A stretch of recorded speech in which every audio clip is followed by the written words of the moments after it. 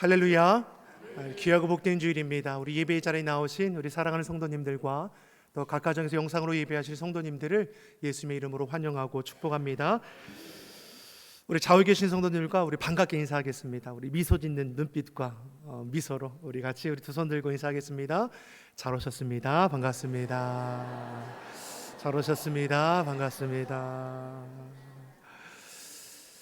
5월은 가정의 달입니다. 가정은 가장 큰 힘입니다. 아멘입니까? 여러분, 우리가 가정에서 힘을 얻기 바랍니다. 가정에서 위로함 받길 바랍니다. 엉뚱한 곳에서 기쁨을 찾고 위로를 받는 것이 아니라 내 가정에서 내 남편, 내 아내, 내 자녀, 내 부모님을 통해서 기쁨과 위로와 힘을 얻는 우리 성도님의 삶이 되기를 간절히 소망합니다. 예수님과 함께한 행복한 우리 가정, 우리 자녀가 되도록 여러분 꼭 기도하십시오. 우리 가정을 세우고 지켜주시는 분은 여호와 하나님이십니다. 하나님께서 지켜주시고 세워주셔야 우리 가정이 안전하고 견고할 수 있습니다. 무엇보다 우리가 영상으로 보신 것처럼 한 영혼을 위해서 우리가 품고 기도하기를 원합니다. 6월 18일 날 새생명 전도주의를 우리가 그날에 지키기를 원합니다. 여러분, 한 달의 시간이 있는데 여러분이 구원하고자 하는 우리 가족들, 친지들, 이웃들, 직장 동료들, 또 오랫동안 참여하지 못하는 우리 믿음의 교우분들을 마음에 품고 이름을 적어서 제출함을 통해서 우리 함께 기도함을 통해서 매진할 수 있기를 바랍니다. 거두시는 분은 여호와 하나님이시고 우리는 맡겨진 그 사명의 자리를 지키는 것이죠. 이번이 안 되더라도 주님의 그 뜻하신 때에 반드시 응답될 줄 믿습니다. 소망을 가지고 우리 기도할 수 있기를 바랍니다.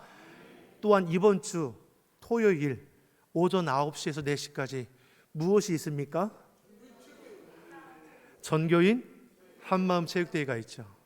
별 관심이 없으신 것 같아요. 여러분 관광한 것처럼 미리 오시는 분들은 보물찾기도 숨겨놓은대요.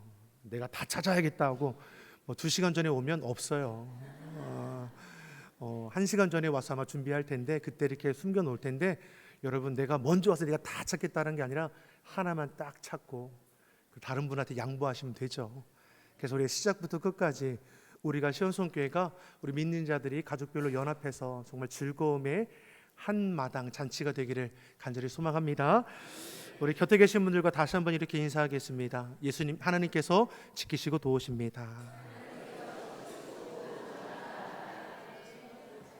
아멘이시죠? 하나님께서 우리 삶을 지키시고 도우심을 믿습니다. 하나님께서 만드신 두 가지의 공동체가 있습니다. 하나는 가정이고 다른 하나는 교회입니다. 하나님이 지으시고 하나님 만드신 가정과 교회입니다. 창조를 통해서 하나님은 가정을 만드셨고 구원을 통해서 하나님은 교회를 만드셨습니다. 하나님께서 만물을 창조하실 때 6번째 날에 남자와 여자를 지으셨습니다. 부부로 연합하게 하시고 가정을 만드셨습니다. 하나님의 창조 사역의 절정 가운데 무엇이 만들어졌습니까? 우리의 가정입니다. 이처럼 하나님의 축복 속에 만들어진 것이 우리 가정이죠. 그래서 가정이 행복해지는 것이 우리의 바람만이 아니라 하나님께서 기뻐하는 것임을 우리는 알아야 합니다. 그러기 하나님의 은혜와 사랑을 아는 그리스도인들의 가정은 그 행복의 수준이 높아야 하는 것이고 그 차원이 깊어야 합니다. 왜 그렇습니까? 하나님의 그 사랑과 은혜를 알기 때문에 그 은혜와 사랑 가운데 세워진 우리 가정 가운데 기쁨이 더해져야 하는 것이죠. 부부가 연합하고 화목할 때 그 모습을 보는 자녀들이 건강하게 자라나게 될 것입니다. 가정의 행복을 결정짓는 것은 다른 곳에 있지 않습니다. 부부의 하나됨에 있습니다. 아멘이시죠? 이 시대의 가정들이 위기이지 않습니까? 이유가 다른 데 없습니다. 자꾸만 행복의 가치와 조건을 다른 곳에서 찾기 때문이죠. 세상의 기준들, 조건들이 우리 행복의 가치와 기준이 된다면 우리 가정은 흔들리고 깨어질 수밖에 없는 것이죠. 우리의 가정들은 세상 풍속과 세상 가치에 휘둘리는 것이 아니라 그 영적인 가치, 믿음의 가치, 말씀의 가치를 붙들 수 있기를 예수님의 이름으로 축원합니다. 시편 127편 1절에서 그래서 우리에게 말씀해 주는 것이 무엇입니까? 우리 같이 한번 읽어보겠습니다. 시편 127편 1절의 말씀입니다. 여호와께서 짐을 세우지 아니하시면 세우는 자의 수고가 헛되며 여호와께서 성을 지키지 아니하시면 파수꾼의 경성함이 허사로다. 우리의 가정을 세우시고 지켜주시는 분이 누구십니까? 하나님이시죠. 악한 이 시대에 무엇으로 우리가 가정을 지키고 우리 자녀들을 지켜낼 수 있습니까? 참된 믿음의 가치가 붙들리는 가정이 정말 흔들리지 않고 무너지지 않는 것이죠. 오늘은 5월 21일입니다. 5월 21일은 무슨 날인지 아십니까? 부부의 날. 맞습니다. 부부의 관계가 그 소중함을 일깨워 주기 위해 제정한 것이 바로 이 날이죠. 21일 둘이 하나가 되는 것을 의미합니다. 오늘 성경 말씀에도 그 둘이 한 육체가 될지니, 참 성경적인 의미가 담겨 있는 날인 것이죠. 한 몸이라는 것은 뭘 가리키는 겁니까? 나누어서 생각하지 않는 것이죠. 완전히 내 사람입니다. 내 몸처럼 남편은 아내를, 아내는 남편을 그렇게 맺어진 것이 바로 부부입니다. 정서적으로도 정신적으로도 육체적으로도 한 몸 이루는 것이죠. 사실 외형적으로 보면 두 사람입니다. 성격도 다르죠. 기질도 다릅니다. 살아온 환경들도 다르죠. 괜히 성격 차이를 말하는 것이 아닙니다. 다시 말해 둘이 한 몸을 이룬다는 것은 말처럼 쉬운 것이 아니라는 것을 결혼하고 나면 우리는 금방 알지 않습니까? 그러게 오늘 본문을 통해서 주님 안에서 가정을 이루는 부부에게 그 행복의 조건이 어디 있는지를 우리에게 가르쳐 주는 것이죠. 다시 말해 주의 말씀 따라 남편이, 아내가 그 가정을 세워가면 그 가정은 이 시대에 가장 행복하고 기쁨이 되는 가정이 되게 되어 있는 것이죠. 그 비밀 첫 번째가 무엇입니까? 우리 본문 31절의 말씀을 같이 읽어보겠습니다. 같이 보겠습니다. 이러므로 사람이 부모를 떠나 그 아내와 합하여 그들이 한 육체가 될지니. 아멘. 사람이 부부를 가리키는 것이죠. 한 가정을 이루게 되면 부모를 떠나게 되는 것이 마땅한 것입니다. 부모를 떠난다고 하니까 결혼하면 이제 부모를 잊어버리고 살아도 되는 건가? 부모를 모시면 안 되는 건가? 여러분, 이것을 말하는 것이 아닙니다. 결혼하면 이제 부부가 중심이 되어야 한다는 것을 가르쳐 주는 겁니다. 정신적으로, 정서적으로, 경제적으로 부부가 하나가 되어서 가정을 세워가는 것이죠.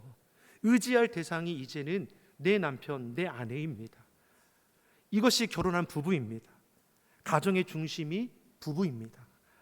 속박 가정이라는 용어가 있습니다. 여러분 혹시 들어보셨습니까? 가정에서 부모가 자녀에게 지나치게 집착하는 것을 의미합니다. 자녀에 대한 집착을 부모는 사랑이라고 착각을 합니다.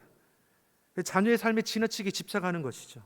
간섭하고 강요하고 나아가 조종하고 구속합니다.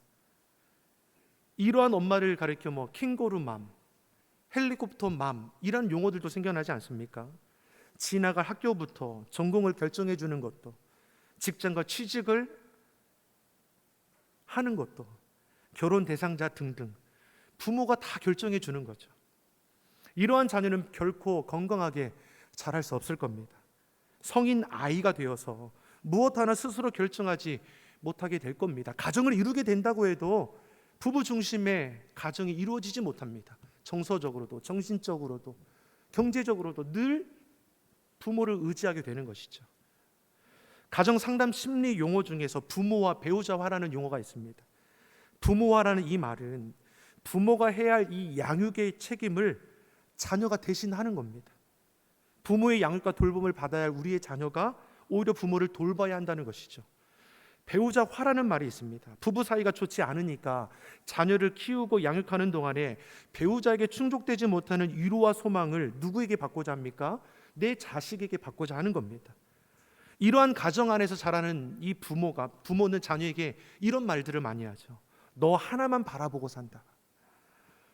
자녀의 독립을 허용하지 않는 겁니다. 자녀가 자라고 결혼하여 한 가정을 이루면 분리와 독립이 자연스럽게 이루어져야 하는 것이 마땅한데 그렇지 못하죠. 독립하고자 하는 마음조차 부모에 대한 불효처럼 여기는 그런 죄책감을 우리 자녀들이 안게 될 겁니다. 이처럼 이 시대의 가정들이 참 위기입니다. 근데 사실 가정의 위기는 곧 부부의 위기를 가리키는 것이죠. 가정 안에서 여러 세대가 살아가지만 그 중심은 어디에 있어야 합니까? 부부에게 있어야 하는 것이죠. 다른 관계는 다 여기서 파생되는 겁니다.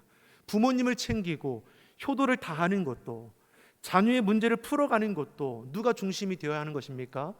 부부가 중심이 되어야 하는 것입니다. 자녀를 위해서 기도하고 세워가는 것이죠. 마음을 같이 하는 것이고 생각을 같이 하는 것입니다. 의견이 다르다면 어떻게 합니까? 내가 가진 의견을 고집하며 내가 생각대로 하기를 원하는 겁니까? 아니죠. 부부 가운데 일치된 의견이 있을 때까지 기다려주고 참아주는 모습들이 우리 안에 있어야 하는 것이죠. 가정이 자녀 중심이 되어서도 안 되고 서로의 부모님 때문에 관계가 깨어져서도 안 될 것입니다. 가정의 중심은 부부입니다. 둘이 한 몸이 되었으니 서로의 마음과 생각도 하나가 되도록 서로가 기다려주고 참아주고 기도해주고 협력해주는 것이죠. 여기에 내 감정, 내 고집이 우선되어서는 안 될 것입니다. 사랑하는 성도 여러분, 가정의 달입니다. 우리의 가정을 바르게 세우기 위해서는 먼저 부부가 연합해야 합니다. 부부가 중심이 되어야 하는 것이죠. 다른 사람의 말을 듣고 아니야 그건 아닌 것 같아. 다른 사람의 말과 행동이 무엇이 중요합니까? 사랑은 내 남편, 내 아내의 생각과 의견이 중요한 것이죠. 서로가 마음을 같이 해야 그 가정이 더욱더 건강하고 우리 자녀들이 그 부모의 모습을 보고 바르게 자라나게 되는 것이죠. 부부는 독립된 정서적으로도 정신적으로도 경제적으로도 바르게 독립이 되어서 부부가 하나 되어서 가정을 세워가야 하는 것이죠. 두 번째로 우리에게 주시는 말씀이 무엇입니까? 22절, 23절의 말씀을 우리 같이 한번 읽어보겠습니다. 같이 보겠습니다. 아내들이여 자기 남편에게 복종하기를 주께 하듯 하라. 이는 남편이 아내의 머리됨이 그리스도께서 교회의 머리됨과 같음이니 그가 친히 몸의 구주시니라. 아멘. 가정을 주의 말씀 가운데 행복하게 건강하게 세우기 위해서 아내들에게 하는 말씀이 무엇입니까? 자기 남편에게 복종하기를 주께 하듯 하라. 아내들이여 남편에게 어떻게 하라고 말씀합니까? 말하기 싫죠. 절대 나는 네 입에서 말하지 않을 거야. 아내들이여 자기 남편에게 복종하기를 주께 하듯 하라. 여러분, 포인트를 복종해 두면 우리는 대답할 수 없습니다. 포인트를 뒤에 두어야 하지 않겠습니까? 복종하기를 주께 하듯 하라. 여러분, 가정을 바로 세우기 위해서 아내들이여 남편에게 복종하기를 주께 하듯 하라고 말씀합니다. 요즘 같은 시대에 무슨 복종이야? 뭐 말도 안 되지. 부부관계는 동등되죠. 다 합니다. 서로 경쟁하는 사이도 아니고 종속되는 관계도 아닙니다. 이런 의미에서 복종을 말하는 것이 아니죠. 사도 바울이 아내들에게 남편에게 복종하라고 하는 이 말은 가정의 질서를 바르게 세우라는 겁니다. 그리스도께서 교회의 머리가 되는 것처럼 가정의 머리로 세운 것이 남편입니다. 아멘입니까? 남편의 권위를 인정해 줄 수 있는 아내가 되어야 하는 것이죠. 아내분들만 대답하겠습니다. 남편의 권위를 인정합시다. 그래도 막 인정하고 싶지 않죠. 막 교회가 예수님의 말씀에 순종하는 것처럼 남편을 주님께 대하듯 하라고 말씀합니다. 우리가 주의 말씀에 순종하는 것처럼 남편의 말에 귀 기울여 주시기 바랍니다. 뭐 남편들이 큰 거 바랍니까? 들어주세요. 제 얘기 같습니까? 살짝 포함돼도 있어요. 자꾸만 속으로 재단하고 판단하지 마세요. 또 엉뚱한 소리 한다고 막 죽는 일 아니면 가정에 큰일이 일어나는 일 아니면 여러분 들어주시고 따라해 주세요. 그 뭐 어렵습니까? 내 생각대로 남편을 쥐락펴락하지 마십시오. 여러분 결코 남편들은 아내의 손에 쥐어지지 않습니다. 권위가 무너진 남편들은 더욱더 엇나가게 되는 것이죠. 인정해 주고 존경해 주어야 하는 겁니다. 오늘 본문에 더욱더 명확하게 표현하죠. 에베소서 5장 33절 하반절에 이렇게 말씀합니다. 같이 보겠습니다. 아내도 그 남편을 경외하라. 하나님을 경외하는 것처럼 남편을 경외하라, 이 의미보다는 우리에게 적용할 수 있는 단어는 존경입니다. 아내여 남편을 존경해라. 무엇으로 남편의 권위를 세워줄 수 있습니까? 존경하는 거죠. 존중해 주는 겁니다. 인정해 주는 겁니다. 내 남편이니까 내가 인정해 줘야죠. 그럼 또 말할 수 있죠. 존경할 만한 구석이 하나라도 있어야 내가 존경하지. 잘 알죠? 그런 눈빛으로 보는 게 있을지 않습니까? 남편은 아내로 하여금 존경, 인정을 받아야 살아가는 겁니다. 남편들이 가정에서 위로를 받아야 하지 않습니까? 남편들이 아내에게 위로를 받고 힘을 얻어야죠. 남편들이 왜 집에 늦게 들어옵니까? 일이 바빠서요? 아니에요. 집에 들어가면 마음이 불편한 마음이 왜 없겠습니까? 네, 박수는 안 치셔도 됩니다. 여러분, 가정 안에서 우리 남편들이 위로를 받고 힘을 얻어야죠. 바보 온달과 평강공주 아시죠? 바보라고 놀림을 받아도 아내에게 인정을 받고 존경을 받으면 이름 있는 장군이 되고 나라의 이름을 떨치게 되어 있습니다. 부족하더라도 밖에서 어떠할지라도 아내의 존경을 받는 남편들은 모든 일에 담대히 나아갈 수 있는 것이죠. 반면에 밖에서 아무리 천하를 호령해도 집안에서 아내의 존경을 받지 않는 남편들은 힘을 못 쓰는 것이죠. 남편들이 달라지기를 바라는 아내가 있다면 남편을 존경하기를 시작하십시오. 남편의 말에 귀 기울여주고 반응해 주십시오. 그래, 그랬어. 이 말 한마디가 뭐 얼마나 어렵습니까? 최선을 다해 섬겨주시는 아내가 되십시오. 그러면 바뀌지 않는 남편이 어디 있겠습니까? 제가 너무 열내고 있나요? 가정에서 남편이 존경을 받아야 하는데 존경받는 모습이 없지 않습니까? 자식들이 또 높임을 받죠. 버릇없는 자녀들이 되고 있음에도 불구하고 그러합니다. 아내가 과일을 깎습니다. 그럼 아내가 뭐라고 해야 하는 겁니까? 얘들아, 과일 먹어라. 여러분, 이렇게 말하는 아내들이 얼마나 많습니까?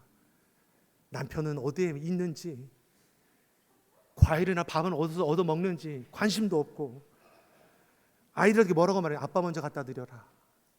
여러분, 질서가 끼어져서는 안 되는 것입니다. 여러분, 별거 아닌 것 같죠? 아닙니다. 자녀들은 보고 배우는 것이죠. 아빠가 출근하는지, 집에 들어오는지 누구도 관심이 없습니다.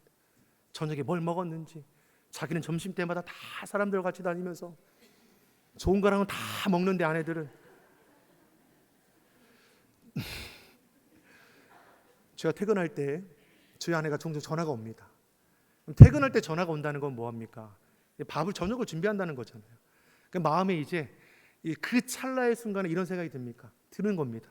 아내가 오늘 저녁에 뭐 먹고 싶은 거 있어요? 라고 물어보면 오늘은 된장찌개를 먹고 싶다고 해야겠다. 이런 생각을 딱 하는 거죠. 그 짧은 순간에 전화를 딱 받습니다. 그러면 아내가 제가 예상했던 것을 물어보는 거죠. 여보, 오늘 저녁에 뭐 먹고 싶은 거 있어요?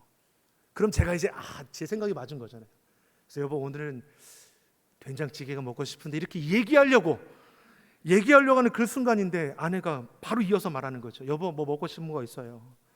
그리고 제 말을 듣지 않습니다. 그리고 나서 아이들이 고기가 먹고 싶다고 하는데, 아이가 부대찌개가 먹고 싶다고 하는데, 아이들이 치킨이 먹고 싶다고 하는데 제 의견은 중요하지 않습니다. 그럼 뭐라고 합니다? 제가 뭐라고 하겠습니까? 자식들하고 싸우겠습니까? 그래, 그럼 그렇게 해야지. 여러분, 아내들이 참 지혜로워야 합니다. 남자들은 단순합니다. 그렇죠, 남편분들. 남자들은 단순합니다. 여보, 뭐 먹고 싶은 거 있어요? 된장찌개 먹고 싶지. 여보, 그런데 된장찌개는 내일 먹고 오늘은 아이들이 오늘 먹고 싶다고 하는데 이렇게 먹으면 어떨까요? 그러면 남편들이 어떻게 하겠습니까? 그래? 그러면 내일 된장찌개 먹어도 되지. 여러분, 존중받는 것은 다른 게 아닙니다. 남편의 의견을 들어주고 남편이 결정할 수 있도록 기다려 주어야죠. 결정 다 해놓고 물어보는 것은 그게 뭡니까? 아내의 말 한마디에 녹아지는 것이 남편의 마음 아닙니까? 저희 아내가 이 자리에 없어서 제가 조금 더 힘 있게 지금 얘기한 것 같은데 저희 아내 볼 때마다 그냥 별말 안 해주셨으면 좋겠습니다. 남편의 말에 귀 기울여주고 존중해주며 존경해주는 아내가 되십시오. 이것이 가정을 세우는, 행복하게 세우는 비결이죠. 남편이 인정받아야죠. 존경받아야죠. 이것을 세울 수 있는 사람은 아내입니다. 내 남편 내가 세워줘야 하는 것이죠. 그러한 우리 아내분들이 되기를 예수님의 이름으로 축원합니다. 세 번째, 이제 남편들에게도 얘기합니다. 아내들 걱정하지 마십시오. 남편들에게도 얘기해요. 25절의 말씀을 함께 읽겠습니다. 25절의 말씀 같이 보겠습니다. 남편들아 아내 사랑하기를 그리스도께서 교회를 사랑하시고 위하여 자기를 주심같이 사랑하라. 아멘. 남편이 아내를 어떻게 사랑해야 한다라고 말씀합니까? 예수님께서 교회를 사랑하신 것처럼 남편들은 아내를 사랑하는 겁니다. 이 말씀을 25절, 28절, 33절 세 번이나 반복합니다. 남편들에게 세 차례나 강조하는 것이 무엇입니까? 아내 사랑하기를 예수님께서 교회를 사랑하는 것 같이 사랑하라는 것이죠. 그럼 예수님께서 교회를 어떻게 사랑하셨습니까? 자기의 생명을 내어줌 같이, 내 몸같이 사랑했다라는 것이죠. 남편들아 그렇게 아내를 사랑하라는 것이죠. 남편 여러분, 내 몸같이 아내를 사랑하시기 바랍니다. 자기 조금 다치는 거에는 막 힘들어하면서 아내가 어디 힘들다 그러면 아유 시큰둥하게 바라보고, 여러분 그러지 마십시오. 이것만 하고 넘어갈게요.